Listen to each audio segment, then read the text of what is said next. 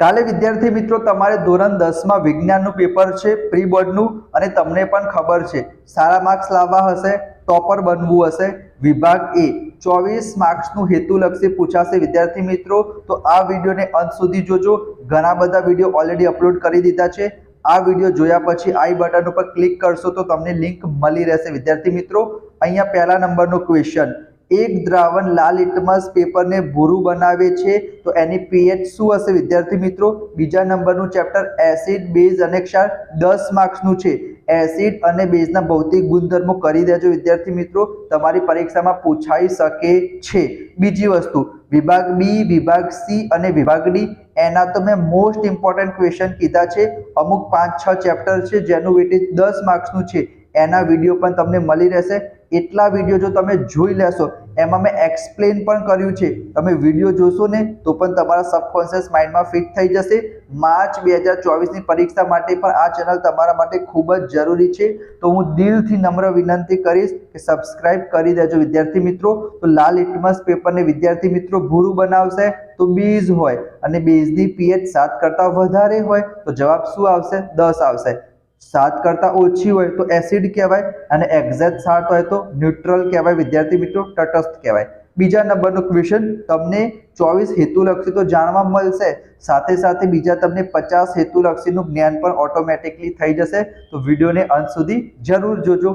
બીજા નંબરનો question, OH ક્રિયાશીલ સમૂહ તો આલ્કોહોલમાં લાગે અને આલ્કોહોલ પાછળ ઓલ પ્રત્યે લાગે તો જો પહેલું આપણે બોલીએ બ્યુટેનોન, એમાં તો કીટોન આવશે।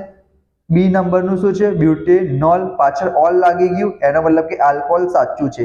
ત્રીજા નંબરનામાં કાર્બોક્સિલિક એસિડ આવશે COOH, બ્યુટેનોનમાં CO આવશે અને બ્યુટેનાલ એમાં વિદ્યાર્થી મિત્રો આલ્ડીહાઇડ એટલે કે CHO લાગે તો જવાબ શું આવશે? બી આવશે। ખબર પડી ને? તમને સાચો આન્સર તો ખબર પડી, પણ નવી બે વસ્તુ શીખવા મળી। એના પછી ત્રીજા નંબરનો ક્વેશ્ચન, શરીરના કયા અંગમાં રુધિર એટલે કે જે આપણું બ્લડ હશે ઓક્સિજન વાળું બનશે તો જવાબ આવશે વિદ્યાર્થી મિત્રો ફેફસામાં। યકૃત, મૂત્રપિંડ તો આવશે જ નહીં, તો જવાબ શું આવશે? ફેફસા આવશે। ચોથા નંબરનો ક્વેશ્ચન કે એક વિદ્યુત બલ્બનું રેટિંગ આપેલું છે 220 વોલ્ટ અને 100 વોટનો પાવર છે, જ્યારે તેને 110 વોલ્ટ પર વાપરવામાં આવશે તો એનો પાવર શું થઈ જશે વિદ્યાર્થી મિત્રો?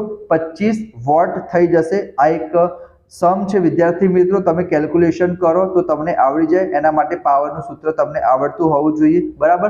પાવરનો યુનિટ શું થશે? ડાયોપ્ટર થશે। આ ચેપ્ટરમાંથી વિદ્યાર્થી મિત્રો બધાના એકમ કરી દેજો, જેમ કે વિદ્યુત પ્રવાહનો એકમ એમ્પિયર થશે, ઓહમનો નિયમ કરી દેજો, અવરોધનો એકમ વિદ્યાર્થી મિત્રો ઓહમ થશે, અવરોધકતાનો એકમ ઓહમ ઇન્ટુ મીટર થશે, કાર્યનો એકમ વિદ્યાર્થી મિત્રો જૂલ થશે, વિદ્યુત સ્થિતિમાનના તફાવતનો એકમ શું થશે વિદ્યાર્થી મિત્રો? વોલ્ટ થશે, પાવરનો એકમ વોટ થશે। સૌથી ઇમ્પોર્ટન્ટ ક્વેશ્ચન, શ્રેણી જોડાણ અને સમાંતર જોડાણનો તફાવત કરી દેજો, બે તફાવતો તમારી પરીક્ષામાં 100% પૂછાશે। ગુરુ દ્રષ્ટિની ખામી હોય તો બહિર્ગોળ લેન્સ આવશે અને લઘુ દ્રષ્ટિની ખામી હશે તો અંતર્ગોળ લેન્સ આવશે વિદ્યાર્થી મિત્રો। અને પ્રેસ બાયોપિયા તમને ખબર જ હશે વિદ્યાર્થી મિત્રો, એમાં બાયફોકલ એટલે કે બંને આવશે। જો આવી ગયો વિદ્યાર્થી મિત્રો, પ્રેસ બાયોપિયાની ખામી ધરાવતી વ્યક્તિ કયા લેન્સના ચશ્મા પહેરતી હશે? બાયફોકલ એટલે કે અંતર્ગોળ અને બહિર્ગોળ બંને આવી જશે। લઘુ દ્રષ્ટિની ખામી, ગુરુ દ્રષ્ટિની ખામી પૂછાય છે, માનવ આંખ પર તમારી પરીક્ષામાં વિદ્યાર્થી મિત્રો પૂછાય છે। એના પછી સંતૃપ્ત એટલે કે એક જ બંધ હોય, અહીંયા વિદ્યાર્થી મિત્રો C2H4 છે, એનો મતલબ કાર્બન કાર્બન વચ્ચે દ્વિબંધ હશે તો જવાબ શું આવશે? અસંતૃપ્ત હાઇડ્રોકાર્બન આવશે। દ્વિબંધ અથવા ત્રિબંધ હોય તો અસંતૃપ્ત હાઇડ્રોકાર્બન કહેવાય। એના પછી 8મા નંબરનો ક્વેશ્ચન તો ઈઝી છે વિદ્યાર્થી મિત્રો, Q = IT એ સૂત્ર છે, જો તમને ખબર હોય તો વિદ્યુત ભાર એટલે Q શોધવાનો છે તો Q = IT થાય, I = 2 આપેલું છે, T = 1 આપેલું છે। તો તમે કહેશો સર 2 એકા 2 જવાબ ના આવવો જોઈએ, પણ જવાબ શેમાં લખવાનો છે? સેકન્ડમાં। તો 1 મિનિટમાં 60 સેકન્ડ હોય તો 60 દુ કેટલા થશે? 120 કુલમ્બ જવાબ આવશે। વિદ્યુત ભારનો એકમ કુલમ્બ થાય, વિદ્યુત પ્રવાહનો એકમ એમ્પિયર થાય, એકમ પર તમારે કરી દેજો। રુધિરની સાપેક્ષે લસિકામાં વિદ્યાર્થી મિત્રો પ્રોટીન હશે ને ઓછા પ્રમાણમાં હશે, બરાબર। લસિકા એક પ્રવાહી છે રુધિરના જેમ। એના પછી કોષીય પ્રજનનમાં મૂળભૂત ઘટના કઈ આવશે? DNA પ્રતિકૃતિનું સર્જન, DNA નું પૂરું ફૂલ ફોર્મ કરી દેજો, ડીઓક્સી ન્યુક્લિક એસિડ। એના પછી એક ગોલ્ય અરીસો અને પાત્રો અરીસો, એની કેન્દ્ર લંબાઈ માઇનસ છે. માઇનસ હોય તો બંને અંતર્ગોળ હશે વિદ્યાર્થી મિત્રો, અરીસો અને લેન્સ બંને. ચલો એના પછી ઓરડાના તાપમાને પારો એક પ્રવાહી સ્વરૂપમાં જોવા મળશે, એ અપવાદમાં આવે છે. મોટા ભાગની ધાતુ કેવી હશે વિદ્યાર્થી મિત્રો? ઘન અવસ્થામાં હશે. પારો એકમાત્ર એવી ધાતુ છે જે પ્રવાહી સ્વરૂપમાં જોવા મળે છે. ધાતુ અધાતુના ભૌતિક ગુણધર્મો કરી દેજો, રાસાયણિક ગુણધર્મો કરી દેજો અને અપવાદ વાળું કરી દેજો, તમારી પરીક્ષામાં પૂછાશે જ. એના પછી નિક્રોમનો તાર વપરાય છે વિદ્યુત ઇસ્ત્રીમાં, સાચી વાત છે. જનીન એ ડીએનએ નો ચોક્કસ ખંડ છે જે પ્રોટીન સંશ્લેષણ માટેની માહિતી ધરાવે છે, એ વિધાન પણ સાચું છે. પ્રકાશ ઘટ માધ્યમમાંથી પાત્રા માધ્યમમાં આવશે તો ઝડપ ઘટે છે. ના વિદ્યાર્થી મિત્રો, એની ઝડપ વધશે. ઝડપ ક્યારે ઘટશે?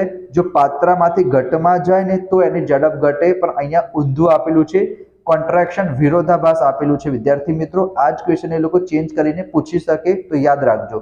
એના પછી એસિડ અથવા બેઝના દ્રાવણમાં જે પાણી ઉમેરીશું એને આપણે મંદન કહીશું. સિમ્પલ વસ્તુ છે, આપણને ખબર છે. ઊંધું પણ પૂછાય છે વિદ્યાર્થી મિત્રો. એના પછી 17મા નંબરનો ક્વેશ્ચન કે રુધિરમાં શર્કરાની માત્રાનું નિયમન કરતો અંતઃસ્ત્રાવ કયો? ઇન્સ્યુલિન. જે ડાયાબિટીસના પેશન્ટ હોય એ લોકોને આપવામાં આવે છે ઇન્સ્યુલિન. એના પછી આનુવંશિકતાના અભ્યાસ માટેના વ્યવસ્થિત પ્રયોગો કયા વૈજ્ઞાનિકે કર્યા હતા? મેન્ડલે કર્યા હતા. મેન્ડલનો પ્રયોગ પૂછાઈ શકે છે. પ્રભાવી પ્રચ્છન્ન બંધારણ વાળું પૂછાઈ શકે છે અને સેક્સ ડિટર્મિનેશન પૂછાઈ શકે છે. લિંગ નિશ્ચયન વાળું એ તમારી પરીક્ષામાં 2 માર્ક્સમાં પૂછાઈ શકે છે.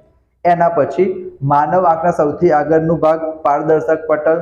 મેં ઓલરેડી વિડીયો બનાવેલો છે વિદ્યાર્થી મિત્રો, જે 5 ઇમ્પોર્ટન્ટ ચેપ્ટર છે. બીજું ચેપ્ટર, ત્રીજું ચેપ્ટર જૈવિક ક્રિયાઓ વાળું, વિદ્યુત, એના પછી માનવ આંખ વાળું ચેપ્ટર છે, આપણું પર્યાવરણ છે. 10-10 માર્ક્સ વાળા ચેપ્ટર છે. વિડીયો કયા ક્વેશ્ચન આવશે, કયા ક્વેશ્ચન નહીં કરવાના, કઈ રીતના લખવાનું, આઈ બટન ઉપર ક્લિક કરશો ત્યાં તમને લિંક મળી રહેશે. સરસ મજાના વિડીયો જોઈ લેજો તમે, બધું જ તમને આવડી જશે. એના પછી ચલ અવરોધની સંજ્ઞા. અવરોધ 2 પ્રકારના હોય. ચલ એટલે તમે એને પ્લસ માઇનસ કરી શકો, તો ઉપર જે તમને એરો દેખાય છે એ ચલ અવરોધની છે, અને ખાલી અવરોધની કે તો તમારે એરો નહીં કરવાનો. એના પછી 4 જોડકા પૂછાશે. એક તો જોડકું પૂછાશે તમારે 15મું ચેપ્ટર, જે પહેલા હતું હવે 13મું થઈ ગયું છે, આપણું પર્યાવરણ, એનામાંથી. અને એક અંતઃસ્ત્રાવ વાળું પૂછાઈ જાય વિદ્યાર્થી મિત્રો 5મા ચેપ્ટર જૈવિક ક્રિયાઓમાંથી. તો જિબ્રેલિન શું કરશે? પ્રકારની વૃદ્ધિમાં મદદરૂપ થશે. અને સાયટોકાઇનિન કોષ વિભાજન પ્રેરે છે, એટલે કે કોષના 2 ભાગ કરશે. સર્વાહારી અપમાર્જક આવશે, એટલે કે શાકાહારી માંસાહારી બંને હોય એને સર્વાહારી કહેવાય. અને ઉત્પાદક વિદ્યાર્થી મિત્રો પ્રથમ પોષક સ્તર આવશે. એકચ્યુઅલીમાં આવું જોઈએ, પણ અહીંયા વિદ્યાર્થી મિત્રો નથી લખેલું, તો પ્રાથમિક ઉપભોગી લખી દેશો તો પણ ચાલશે વિદ્યાર્થી મિત્રો. બીજા બધા ક્વેશ્ચન પણ આપણે જોઈશું નેક્સ્ટ વિડીયોમાં. આજનો વિડીયો તમને પસંદ આવ્યો હોય, વિડીયોને લાઇક કરીને ચેનલને સબસ્ક્રાઇબ કરજો, કારણ કે આ તમારી ચેનલ છે વિદ્યાર્થી મિત્રો. આની તમારી જે રિસ્પોન્સિબિલિટી છે ઉપર સુધી લઈ જવાની. 10,000 સબસ્ક્રાઈબરનો આપણો ટાર્ગેટ છે, તો તમે ક્યારે પૂરો કરો છો એ તમારા ઉપર છે વિદ્યાર્થી મિત્રો. અને માર્ચ 2024 માટે પણ આપણે બહુ જ બધા વિડીયો બનાવીશું જે તમારા માટે મોસ્ટ ઇમ્પોર્ટન્ટ હશે. આ ચેનલ તમારા માટે જબરજસ્ત યુઝફુલ સાબિત થશે વિદ્યાર્થી મિત્રો. બેઝિક ગણિત હોય કે પછી ઇંગ્લિશ ગ્રામર હોય, તમારે શું કરવાનું છે? થોડોક સપોર્ટ આપજો, એક લાઇક કરી દેજો, સબસ્ક્રાઇબ કરી દેજો. સ્ક્રીન ઉપર બીજા બધા વિડીયો દેખાતા હશે એ પણ જોઈ લો, સબસ્ક્રાઇબ જરૂર કરજો. Thank you so much friends.